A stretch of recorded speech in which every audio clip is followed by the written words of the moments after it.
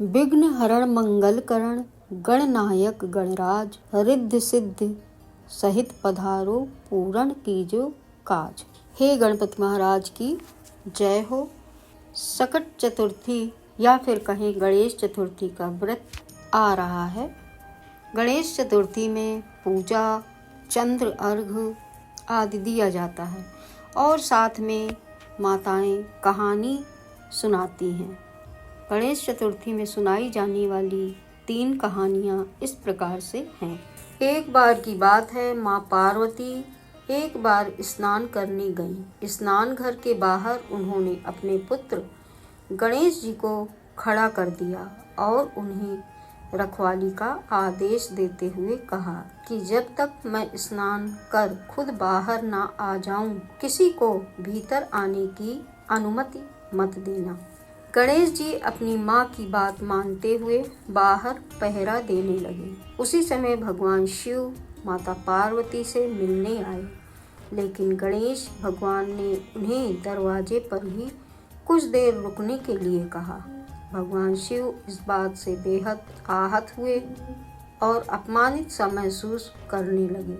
गुस्से में उन्होंने गणेश भगवान पर त्रिशूल का वार किया, जिससे उनकी गर्दन दूर जा गिरी। स्नान घर के बाहर शोरगुल सुनकर जब माता पार्वती बाहर आईं, तो देखा कि गणेश जी की गर्दन कटी हुई है।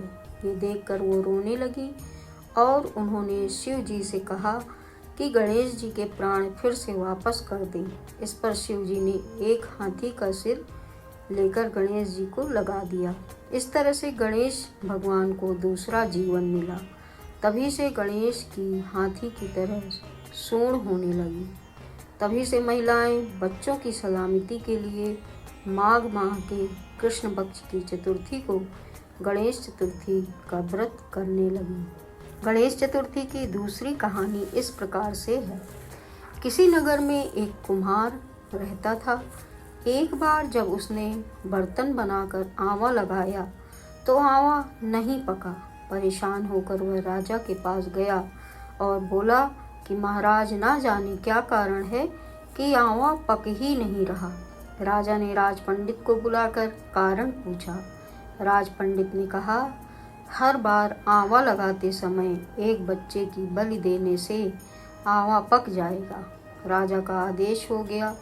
बलि आरंभ हुई। जिस परिवार की बारी होती वह अपने बच्चों में से एक बच्चा बलि के लिए भेज देता। इस तरह कुछ दिनों बाद एक बुढ़िया के लड़के की बारी आई। बुढ़िया के एक ही बेटा था तथा उसके जीवन का सहारा था, पर राजा आज्ञा कुछ नहीं देखती। दुखी बुढ़िया सोचने लगी, मेरा एक ही बेटा है, वह भी सकट के दिन मुझसे जुदा हो जाएगा। तभी उसको एक उपाय सूझा। उसने लड़के को सकट की सुपारी तथा दूब का बीड़ा देकर कहा, भगवान का नाम लेकर आंवा में बैठ जाना, सकट माता तेरी रक्षा करेंगी। सकट के दिन बालक आंवा में बिठा दिया गया और बुढ़िया सकट माता के सामने बैठकर पूजा प्रार्थना करने लगी। पहले तो आंवा पकने में कई दिन लग जाते थे, पर इस बार सकट माता की कृपा से एक ही रात में आंवा पक गया। सवेरे कुम्हार ने देखा तो हैरान रह गया। आंवा पक गया था और बुढ़िया का बेटा जीवित व सुरक्षित था। सकट माता की कृपा से नगर के अन्य बालक भी जी उठे। यह देख नगरवासियों ने माता सकट की महिमा स्वीकार कर ली। तब से आज तक सकट माता की पूजा और व्रत का विधान चला आ रहा है।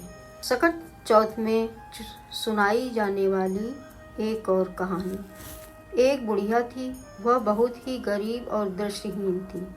उसके एक बेटा और बहू थे। वह बुढ़िया सदैव गणेश जी की पूजा किया करती थी।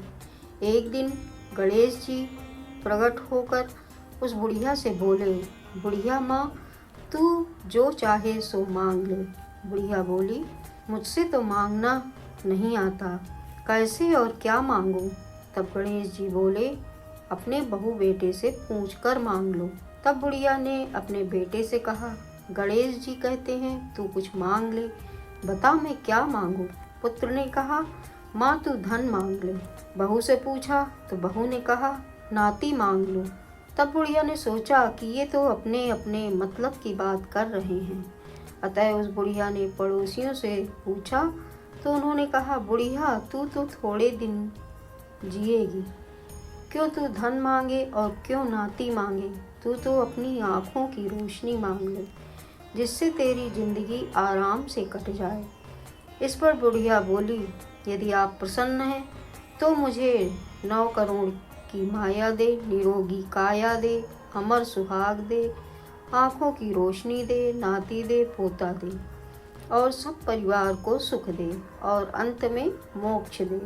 यह सुनकर तब गणेश जी बोले, बुढ़िया माँ, तुमने तो हमें ठग लिया, फिर भी जो तुमने मांगा है वचन के अनुसार सब तुम्हें मिलेगा।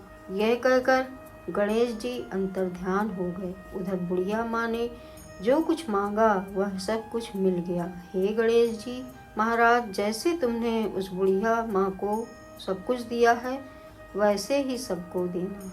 जय हो सकट महारानी, जय हो गणेश जी, जय हो गणेश जी की, जय हो गणेश जी की।